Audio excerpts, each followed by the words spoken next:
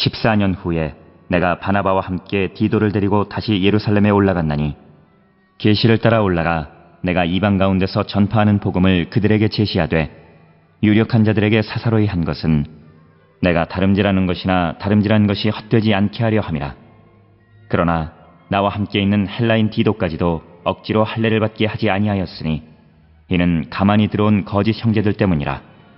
그들이 가만히 들어온 것은 그리스도 예수 안에서 우리가 가진 자유를 엿보고 우리를 종으로 삼고자 함이로되 그들에게 우리가 한시도 복종하지 아니하였으니 이는 복음의 진리가 항상 너희 가운데 있게 하려 함이라.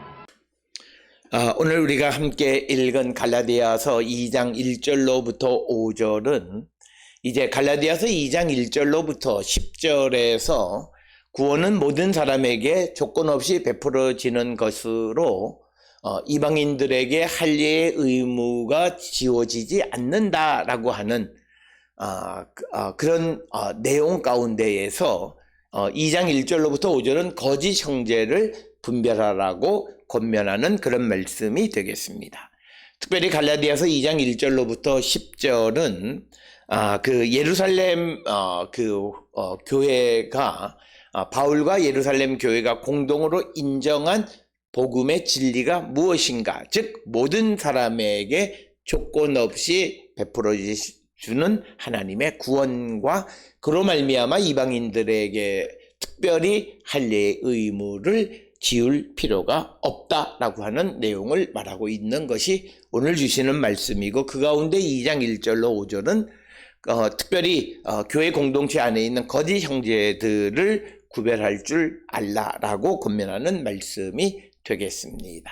오늘 주시는 1절에 14년 후에 내가 바나바와 함께 디도를 데리고 예루살렘에 올라갔나니, 그러니까 오늘 주시는 말씀은 14년 후에 바울이 바나바와 디도를 데리고 예루살렘에 다시 올라갔다.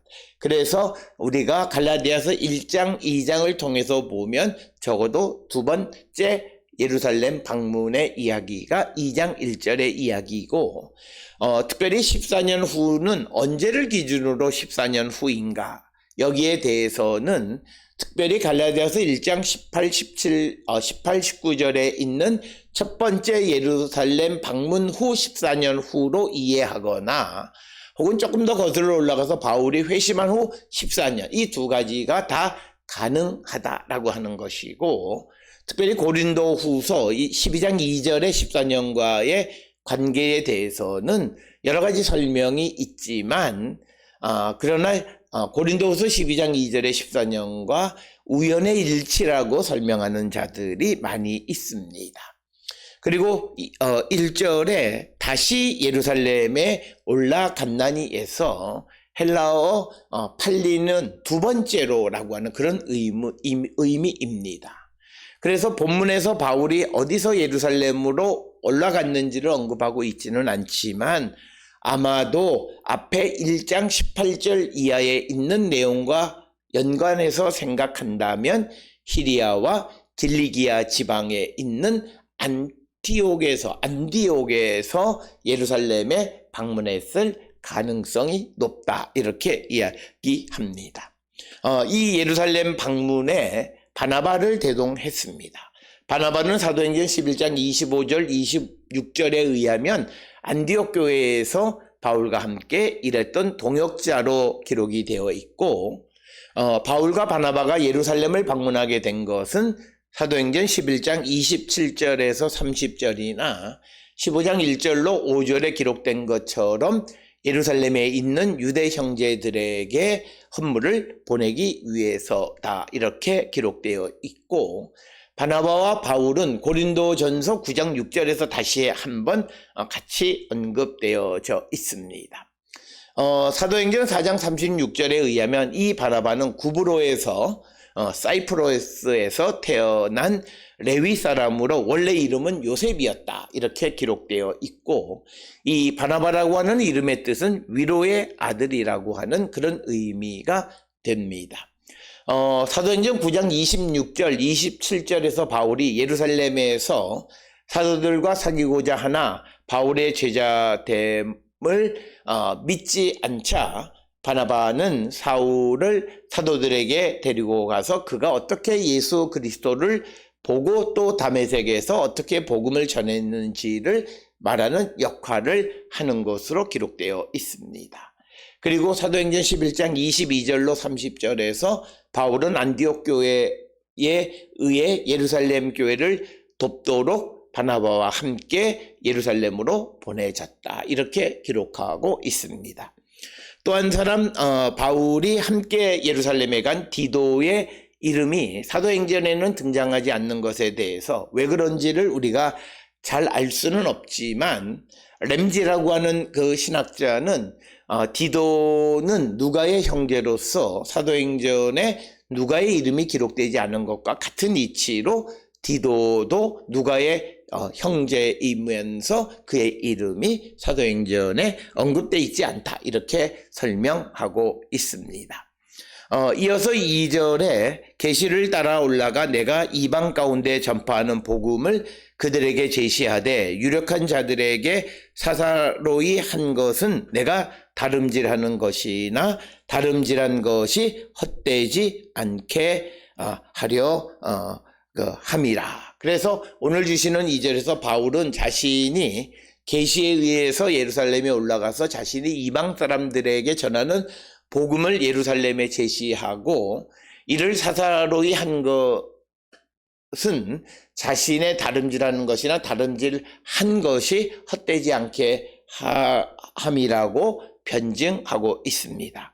특별히 2절에 계시를 따라서 이 계시는 어떤 계시인가를 언급하고 있지는 않지만 어떤 자들은 사도행전 11장 27절로 30절에 있는 아가보의 예언이다 이렇게 주장하기도 하고 그 다음에 내가 이방 가운데 전파하는 복음을 그들에게 제시했다. 복음을 그들에게 제시하되에서 복음은 십자가에 달렸다 부활하신 예수 그리스도에 관한 것으로 바울이 이방인들에게 전했던 것을 유대인들에게도 그들의 신앙의 대상으로 전했다라고 하는 그런 의미이고 유력한 자들에게 사사로이 한 것은 이라고 하는 말은 평판에 있는 자들에게 바울이 이방 사람들에게 복음을 전할 때 사용하던 용어를 사용한 것은 그런 의미입니다. 그러니까 유력한 유대의 교회 지도자들 앞에서 이방 사람들에게 복음을 전할 때 사용했던 그런 용어로 그렇게 내가 전한 것은 이런 뜻이 되겠습니다. 아마 여기서 이 유력한 자들이라고 하는 평판에 있는 자들, 즉 9절에 의하면 야고보, 게바, 요한 등 이런 사람들을 가리키는 것으로 이해할 수 있고 그래서 바울은 예루살렘 교회 사람들의 권위에 의존하는 것이 아니라 바울은 예루살렘 공동체로부터 독립되어져 있다라고 하는 것을 강조하는 것이 오늘 주시는 말씀에 유력한 자들에게 사사로이 한 것이라고 하는 표현 속에 나타나 있다라고 하는 것입니다.